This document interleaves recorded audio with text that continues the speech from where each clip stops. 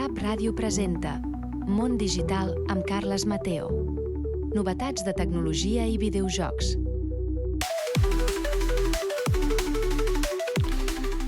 Què tal, com esteu? Benvinguts i benvingudes una vegada més a Món Digital, aquest espai que dediquem als videojocs, a la tecnologia, als robots, a tots aquests temes que ens apassionen i que ho fem sempre de la mà del nostre guru tecnològic, el Carles Mateo, que generosament es connecta amb nosaltres per obrir-nos una mica els ulls d'aquests temes. Què tal, Carles? Com estem? Hola, molt content d'estar aquí amb vosaltres, germà. Carles, avui començarem per temes pràctics. Farem un servei a la comunitat, diguem-ne. I un cas que tots ens hi hem trobat és se m'ha mort el mòbil, se m'ha mort la bateria del mòbil, i tu també t'hi has trobat. Sí, jo també m'hi he trobat. És bastant habitual que passi això amb mòbils, portàtils. Llavors, explicaré el meu cas, que és un mòbil que tinc, que és un Samsung Galaxy S9, i llavors el que m'ha passat és que la bateria cada cop durava menys, va haver un punt que ja el tenia que tenir connectat sempre per poder-lo utilitzar, diguem. Ja vaig agafar un altre mòbil, però aquest encara el seguia utilitzant. I llavors va arribar un punt que a la que el deixava uns pocs segons sense carregar, s'apagava. Llavors, a més, se'm va començar a obrir el plàstic, la tapa de plàstic de darrere, i això és una cosa que passa amb les bateries quan es degraden, molts cops s'inflen. Llavors, passa amb els portàtils, també, això. Exacte. Si veiem que una part del portàtil s'està aixecant, diguem, el teclat o la tapa de dalt, o si veiem un mòbil que se'ns està aixecant la tapa, hem de vigilar molt perquè això és que la bateria està degradada, i llavors és molt perillós carregar una bateria degradada perquè pot haver un incendi. Llavors, això és un avís per navegants. Bé, llavors aquest mòbil... Però per contra, en el teu cas, era un mòbil perfectament funcional, que l'únic problema que tenia era la bateria. Exacte, sí, el meu mòbil funcionava molt bé, és un bon mòbil, el Samsung Galaxy S9, era un bon mòbil quan el vaig comprar fa uns anys, i encara és un mòbil que està prou bé. Si queda enrere és més pel software perquè Google deixa d'actualitzar les versions d'Android i llavors et trobes que no pots instal·lar alguns programes. La banca electrònica et diu que el mòbil és massa vell i llavors ja t'obliga una mica a modernitzar-te el mòbil. Però en si és un mòbil que funciona molt bé. Llavors, què vaig fer? Vaig dir, anem a intentar rescatar aquest mòbil, que em fa bon servei, va prou bé, i llavors el primer que vaig fer és buscar un vídeo sobre com canviar la bateria del meu mòbil. Perquè a internet hi ha vídeos sobre com canviar la bateria de tot. Portàtils, mòbils, de tots els models. Llavors jo sempre recomano primer mirar un vídeo sobre el procediment i llavors un mateix es fa la idea de si és abastable o és massa difícil. Hi ha l'altra possibilitat, que és dur-ho a una botiga. Hi ha moltes botigues d'aquestes que venen carcasses de mòbil que també reparen mòbils. El que sí que és molt important en aquest cas és que estiguem davant de la persona que està canviant el mòbil i que ho facin davant nostre, que no el perdem mai de vista. Això explicaré, tinc una amiga que treballa amb Apple, amb un centre d'Apple i està treballant amb reparacions d'Apple i m'ha explicat casos de gent que ha dut el seu mòbil a botigues d'aquest estil i li han canviat les peces originals per peces pirates barates. Pensava que m'anaves a dir que li havien robat les dades o les contrasenyes o algo, però no. Directament li canvien una càmera original Apple i li posen una... Exacte. Ostres, sí. Aquesta no l'havia sentida. Sí, i amb les peces originals després ensamblen mòbils nous i els venen com si fossin nous. Ostres. Això és un cas. Clar, i tu després portes el mòbil a reparar a la botiga oficial Apple i te diuen, però si això són... Clar, et diuen, clar, t'han canviat les peces, aquesta peça no és original. El problema, doncs, és que et fallin les peces o se t'escalfin o el Bluetooth deixi de funcionar random, aleatòriament. Però bé, hi ha botigues d'aquestes que ens ho canvien, és important llavors que ens ho canviïn davant nostre. I el preu d'una bateria, a mi, jo l'he encarregat a Amazon, vaig veure el procés, i la part més complicada és escalfar el mòbil perquè van enganxades, les tapes van enganxades amb cola. Sembla una mica cutre, però és així com ho fan. Li posen cola adhesiva. A la tapa del mòbil. Sí. Per enganxar les tapes i que quedin fortes, els hi posen cola. I llavors el problema és que és molt, molt difícil separar la tapa. I per fer-ho, hi ha unes planxes, hi ha uns aparells que pots posar al mòbil, l'escalfa sense danyar el mòbil, però l'escalfa a una temperatura que la goma es torna tova i llavors fàcilment es pot treure. Jo, en el meu cas, com ja la tapa estava mig oberta perquè la bateria s'havia inflat, no necessitava aquest pas i vaig poder treure la tapa fàcilment. Perquè, per exemple, un secador de cabells, això pot ser perillós perquè acabes escalfant la resta del telèfon. No recomano fer aquestes coses. De fet, la bateria, jo vaig encarregar a Amazon una bateria, n'hi ha moltes, vaig encarregar una del mateix, de la mateixa capacitat, i aquesta és la bateria original. No sé si es pot apreciar a la càmera, que està inflada. Sí, i tant. Es va inflar, sí, llavors la guardo per reciclar-la adequadament. I juntament amb la bateria nova que em va venir, venen també aquestes eines. Ah, que pràctic. També una ventosa per enganxar-la i estirar, però venen les eines, el mínim d'eines, però les que necessites. Un tornavís expressament pels cargols d'aquest mòbil, específicament. I l'has canviada i te torna a funcionar perfectament? Sí. Jo primer vaig mirar el vídeo, vaig veure clar, després vaig tornar a fer l'operació mirant el vídeo una altra vegada, poder vaig trigar un quart d'hora i va funcionar fantàsticament. I, de fet, em dura més de 2 dies la bateria. Fantàstic, aquest truc. Quan tenim aquest problema, no llençar el mòbil, sinó que simplement anar a buscar un tutorial a YouTube i comprar aquesta nova bateria. Sí, exacte. I si no ens veiem en cor, doncs duro una botiga que no cobren gaire. Poder cobren 15 euros per fer l'operació, més el cost de la bateria. Sempre amb aquesta recomanació, no perdre de vista mai l'aparell. Mai perdre de vista el mòbil, sí. Ara bé, Carles, imagina que no ha funcionat i el mòbil veig que continua fent el burro, me compro un altre Samsung més nou, però clar, ara torna a passar tots els contactes, les fotos que tenia. Dones algun truc per evitar-ho? Sí, si els dos mòbils som Samsung, que és líder, ells mateixos han fet una eina que es diu Samsung Smart Switch. Llavors, la mateixa eina et va guiant, obres l'eina en el mòbil nou, obres l'eina en el mòbil antic, i la mateixa eina et va guiant, llavors es connecten els dos i et passa els contactes, l'històric de trucades, el calendari, les fotos, els vídeos, i t'instal·la els programes que tenies instal·lat en el mòbil antic. Fantàstic. Sí que és cert que hi ha un tema, que és que, clar, els programes molts et demanen iniciar sessió amb usuari i contrasenya. Això no t'ho passa. Vull dir que en el nou mòbil hauràs de posar de nou. Sí, però et passa tot.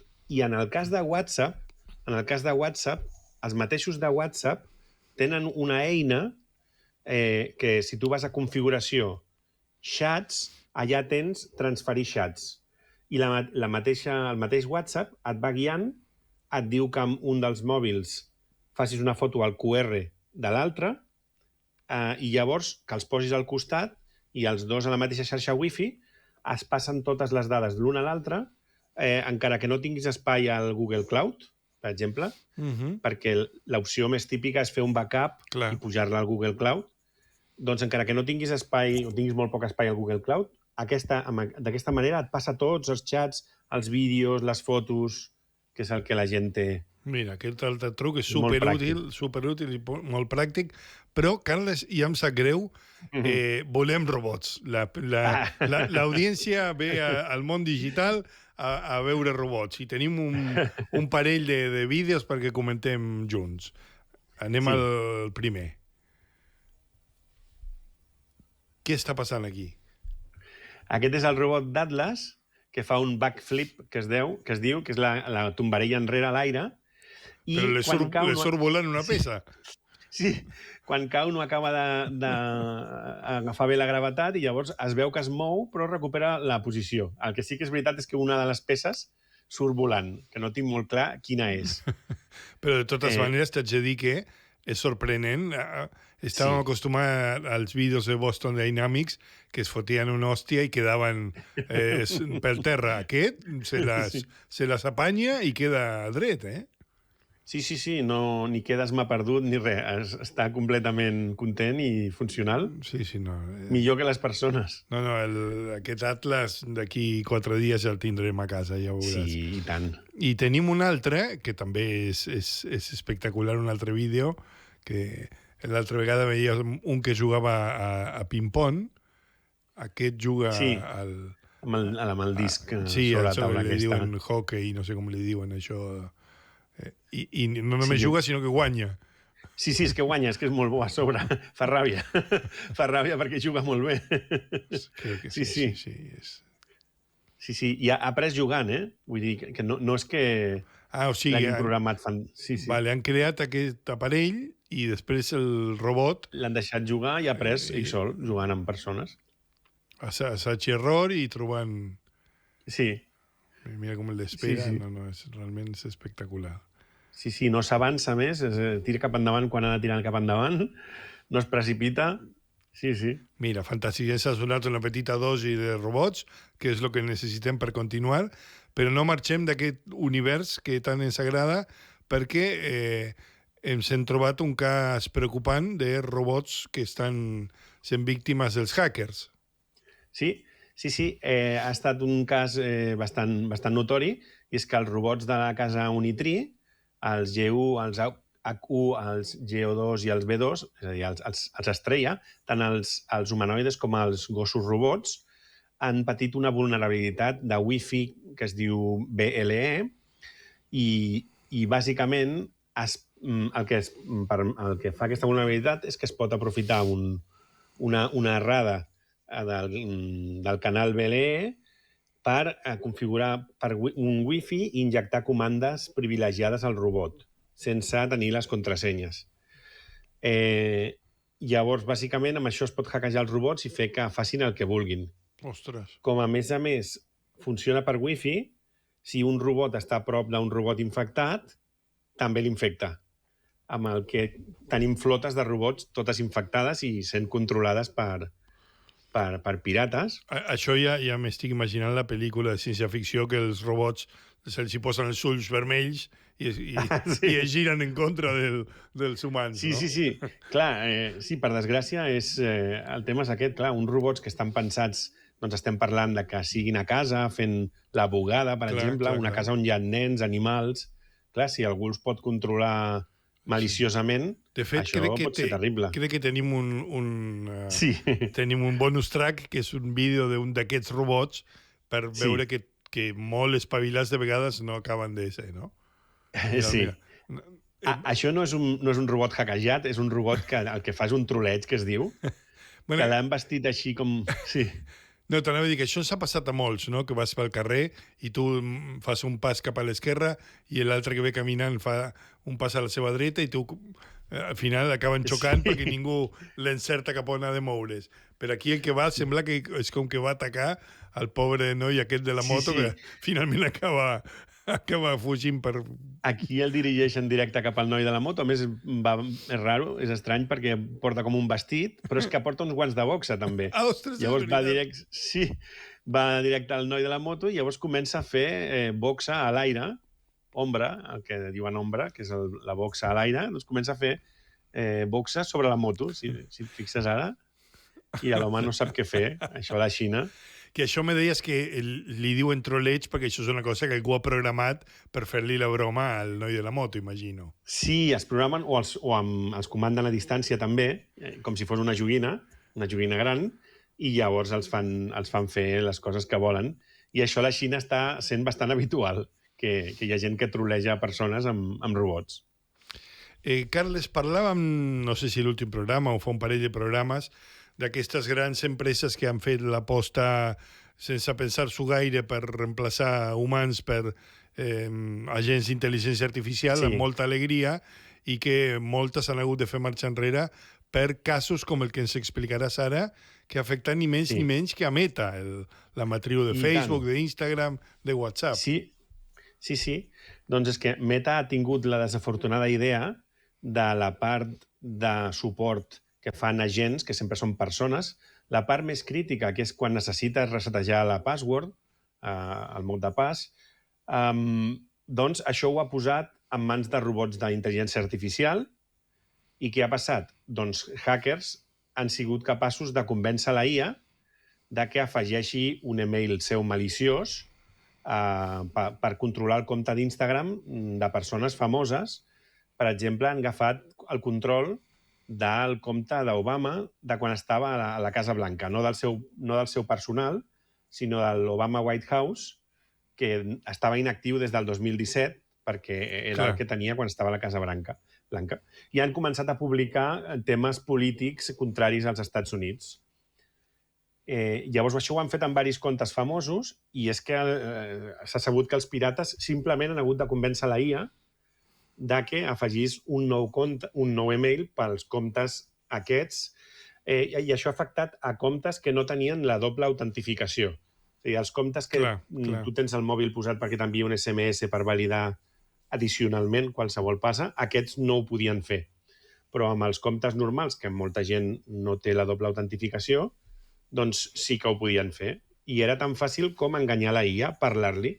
Ostres, sí, és un magnífic exemple del que parlava. Bueno, això ho deies tu, no? Li diem intel·ligència artificial, però no és intel·ligent. No és intel·ligent, no és intel·ligent. Sí, sí. De fet, per això jo estic en contra dels navegadors en via actualment, perquè són un perill, perquè la web que visites pot tenir instruccions ocultes per la IA i la IA és tonta, no sap diferenciar el que és dades del que són ordres i de qui les dona. Clar, i si en aquest cas l'han pogut enganyar per enviar un compte de mail secundari, a través del navegador li podrien dir passa'm l'arxiu de contrasenyes i acabar convencent-la. O coses que s'han trobat, per exemple, que deia baixa aquest programa d'aquesta web sense donar cap signe de que l'has baixat i executa'l. Instala, clar. I llavors això ja és un troià que pot donar accés a tots els arxius, a veure la pantalla i, clar, accedir a les contrasenyes. Esperem que serveixi de lliçó per no anar tan de pressa amb aquestes idees de reemplaçar persones per intel·ligència artificial quan encara no estem preparats. No dic que no acabem arribant-hi, però de moment no estem preparant. Hi ha una... No, digues. Anava a dir que hi ha una bona notícia, que no he posat al guió, però que m'ho va passar una amiga meva i és un tema molt interessant, i és que IKEA ha implantat intel·ligència artificial també, però en lloc d'acomiadar gent com tantes empreses han fet, aprofitant l'excusa de no, és que amb la IA no necessito tanta gent. Ells no, ells el que han fet és entrenar la gent en l'ús d'aquesta tecnologia i llavors han mantingut la plantilla i els han fet més eficients. Mira, un altre bon exemple. Una bona notícia. Un altre bon exemple. Esperem que no sigui l'única que agafa aquest camí i no siguin totes males notícies respecte a la intel·ligència artificial. Carles, ens hem quedat sense temps per aquesta setmana. Hem tingut tot, hem tingut consells, hem tingut robots que trolejaven gent i hem tingut aquest exemple de com Meta s'ha pillat els dits amb el tema de la intel·ligència artificial. Gràcies, com sempre, per il·luminar-nos. Ens trobem en el proper programa. Gràcies a vosaltres. Gràcies, com sempre, per acompanyar-nos. Recordeu que tots els programes de Món Digital els trobareu al nostre canal de YouTube. Gràcies per acompanyar-nos.